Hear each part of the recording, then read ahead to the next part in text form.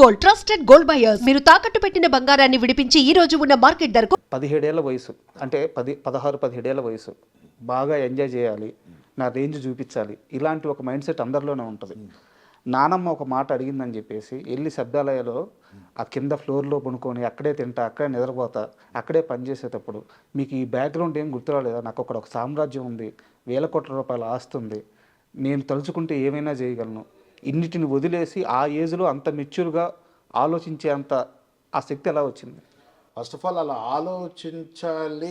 ఆలోచించే అవకాశం ఇవ్వలేదు ఇంట్లో ఫస్ట్. ఎప్పుడు ఎవరు, నాన్నగారా నాన్నమ్మగారా? నాన్నమ్మ గారు దగ్గర నుంచి వస్తుంది, అందరం ఆవిడ ఫుడ్ స్టెప్స్తోనే ఫాలో అయ్యాం కాబట్టి. ఫస్ట్ ఆఫ్ ఆల్ నేను I think around 15 years 16 years అనుకుంటా. ఆవిడ స్విట్జర్లాండ్ ఎక్కడో షూటింగ్కి వెళ్తున్నారంటే జనరల్లీ ఏదో ఒకటి తెచ్చేవారు మాకు అక్కడి నుంచి.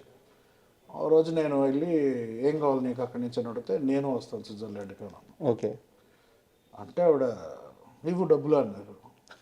లేవన్నా. మరి ఎలా వెళ్తావు అన్నా. నీ డబ్బులతో నువ్వు వెళ్ళు అన్నారు. నేను నీకు తెచ్చేదే ఎక్కువ, నువ్వు ట్రావెల్ అవ్వాలంటే ఒక ఖర్చు, అది ఎంత అవుద్ది, ఆ కష్టం తెలిస్తే నువ్వు ఎంజాయ్ చేస్తావు ట్రిప్ని. ఊరికైనా వెళ్ళిపోతే నువ్వు అసలు ఆ కష్టం తెలియదు, ఎప్పుడు నేర్చుకుంటావు రెస్పాన్సిబిలిటీని అప్పటి నుంచి స్టార్ట్ చేశాను ఫస్ట్. ఆవిడ చాలా డిసప్పాయింట్ అయిపోయాను. 2-3 days అలా ఎలా అడిగాడు, అది కరెక్ట్ కాదు కదా, అంత తేలిక కాదు కదా మన లైఫ్.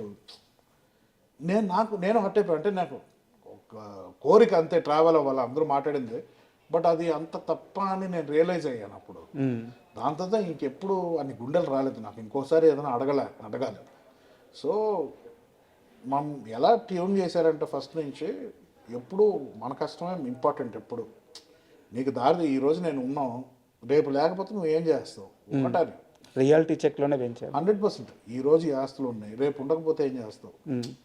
ఈ క్వశ్చన్స్ అడిగాడు. ఇది ఏంటంటే ఇవి బాగా డీప్గా నాలో పాతుకుపోయినాయి. సో ఆ పరంగా ఆలోచించేవాడిని కానీ. అండ్ ఎప్పుడైతే యాక్టింగ్ అది వద్దన్నారు, సో ఓకే, నాకు ఆ డైరెక్షన్ ఇంట్రెస్ట్ నాకు ఎప్పుడు. సో ఎడిటింగ్ ఫస్ట్ యానిమేషన్ ఏదో ఒకటి చేయాలి, దాంతో ఎడిటర్గా వెళ్ళా. ఇదన్నీ ప్లాన్ చేసుకోలేదు, బట్ ఏదో ఒకటి చేయాలని ఒక ఇంట్రెస్ట్తో ముందరికి వెళ్ళా. మీరు ఎడిటర్గా ఫస్ట్ కృష్ణవంశీ గారి సినిమా వర్క్ చేశారు. అవును. 2 days బ్యాక్ నేను సి రామప్రసాద్ గారికి సినిమాటోగ్రఫీ ఆయన ఇంటర్వ్యూ చేశాను. రైట్. కృష్ణవంశీ పని విషయానికి వస్తే రాక్షసుడు, మనిషి కాదు, భోజనం కూడా తినేవాడు, పని చేస్తా చచ్చిపోరా ఎవరు అడుగుతారు, ఇలా మాట్లాడే మనిషి అని చెప్పారు అనమాట. మీరు కృష్ణవంశీ గారితో వర్క్ చేసేటప్పుడు మీకు ఎలాంటి ఎక్స్పీరియన్స్ ఎదురైంది? నాకు అంటే అది it was one of the best experience నాకు. ఎందుకంటే నేను ఐ వాజ్ వెరీ యంగ్. నేను వచ్చినప్పుడు 18 years సంథింగ్ అప్పుడే పరిచయం అయ్యాను. సో మనకి ఇండస్ట్రీలో వర్క్ ఎలా ఉంటుంది అంటే ఫస్ట్ హ్యాండ్ ఎడిటర్గా ఎలా ఉంటుందో మనకి ఇవన్నీ తెలియదు. సో ఆయన స్టార్ట్ అవడమే ఆయన వర్క్ ప్యాటర్న్కి అలవాటు అయిపోయాను నేను. ఓకే, ఇంతే ఇలా చేయాల్సి వస్తుంది, ఏదైనా హార్డ్ వర్క్ లేకపోతే పైకి రారని ఒక మైండ్లో ఉంటుంది. ఆయన వర్క్ ఇప్పుడు చెప్పాలంటే ఇప్పుడు అర్థం అవుతుంది, ఎందుకంటే మిగతా డైరెక్టర్స్తో కూడా పనిచేశాను. కరెక్ట్. సో ఆయన డీటెయిలింగ్ ఎక్కువ ఉంటుందండి. అండ్ ఆయన ఏదో అనుకొని తీస్తారు. ఆయన ఇంప్రొవైజేషన్లు చాలా ఉంటాయి. మళ్ళీ చిన్న ఎగ్జాంపుల్ ఏదన్నా సీన్ గురించి మీ ఇద్దరి మధ్య డిస్కషన్ చెప్తారా? నాకు అంటే ఆయనకి నాకు టెక్నికల్గానే ఎక్కువ డిస్కషన్ ఉండేదండి.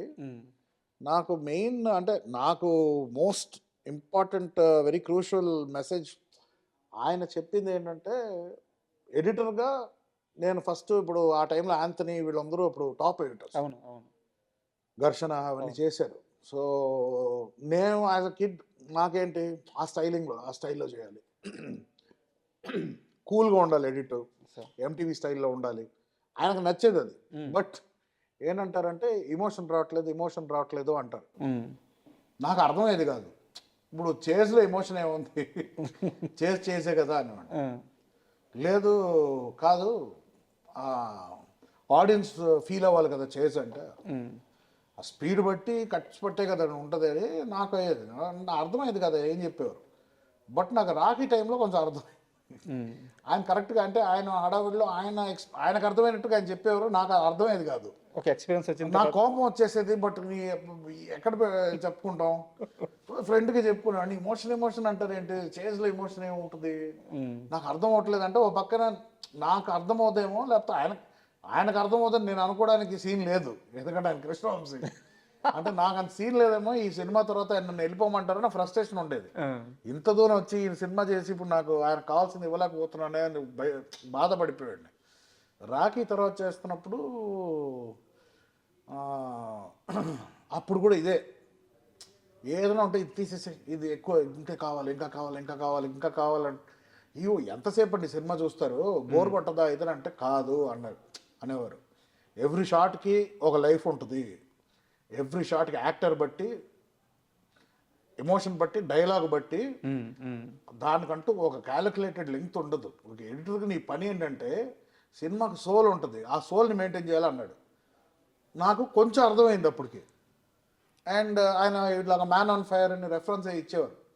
నేను ఇప్పటికీ ఆ man on fire Tony Scott ఎలా క్రియేట్ చేసాడు ఎఫెక్ట్, దాంట్లో పడిపోయి అది క్రియేట్ చేశాను. కానీ చేశాను కదా, ఇదే కదా కావాలి మీకంటే, ఆయన ఇది రావట్లేదు, ఇది తీసే అన్నారు. నైట్ అంతా చేశారండి ఇది అంటే, లేదు ఇది రావట్లే, మనకి ఎమోషన్ రావట్లేదు. నాకు ఫ్రస్ట్రేషన్ వచ్చేసేది. అమ్మ 2 నైట్స్ నిద్ర లేకుండా ఈ క్రియేట్ చేస్తే టప్పని తీసేయమన్నారు. ఆయన ఆలోచిస్తారా, ఒకటే క్వశ్చన్ అడిగారు, నువ్వు మ్యాన్ ఆన్ ఫైర్ చూసావా అని అడిగారు. చూశానండి. నువ్వు ఎమోషనల్ అయ్యావా అక్కడ? చావునండి అయ్యాను. ఎందుకు అని అంటే, ఎందుకంటే దాంట్లో పలానా సస్టెనెన్స్ ఉంది షార్ట్కి, నువ్వు ఓన్లీ స్టైల్ అడాప్ట్ చేస్తున్నావు కానీ నువ్వు ఎమోషన్ వైపు ఆ డైరెక్టర్ కన్వే చేసిన ఎమోషన్ నువ్వు పట్టుకోలేకపోతున్నావు అన్నారు. అప్పుడు నేను ఏం చేశానంటే మొత్తం మ్యాన్ ఆన్ ఫైర్ సినిమాని DVD రిప్ చేసి ఎడిట్స్ చేసుకొని ఎన్ని ఫ్రేమ్స్ ఉంది షార్ట్ అని ఉన్న చూడడం స్టార్ట్ చేసి ప్రాక్టికల్గా గమనించారు. యాక్చువల్లీ ప్రాక్టికల్గా చూస్తే షార్ట్స్ చాలా పెద్ద షార్ట్స్ ఉన్నాయి దాంట్లో, మధ్యలో ఎఫెక్ట్స్ నువ్వు realise okay okay okay okay మనం తప్పు చేస్తున్నాం అని మెకానికల్గానే వెళ్తుంటే నేను, సరే ఇంత కొంచెం ఇద్దాం, ఇంకొంచెం పెంచుదాం, ఈయనకి నచ్చుతుంది కాబట్టి. ఈ ట్రావెల్లో అయింది చరాకి. దాంతో చందమామకి అప్పుడు కొంచెం బుర్ర పనిచేయడం స్టార్ట్ చేసింది. సరే ఈయన ఏం కావాలనుకోండి, ఎందుకంటే అది కొంచెం చందమామ అనేది ఎక్కువ స్టైల్ ఇవంతా లేదు, వెరీ రూట్ లెవెల్ మంచి ఫ్యామిలీ లవ్ ఎమోషన్స్ దీంట్లో వెళ్ళే సినిమా కాబట్టి. అప్పుడు ఒక మాట అన్నారు, నువ్వు ఎడిటర్గా ఒక ఆడియన్స్ నువ్వు సినిమా చూస్తున్నప్పుడు నువ్వు ఒక చోట్ల నవ్వుకుంటావు, లేకపోతే ఒక చోట్ల ఆలోచిస్తావు, ఒక చోట్ల ఒకళ్ళు మాట్లాడితే యూ స్టార్ట్ థింకింగ్.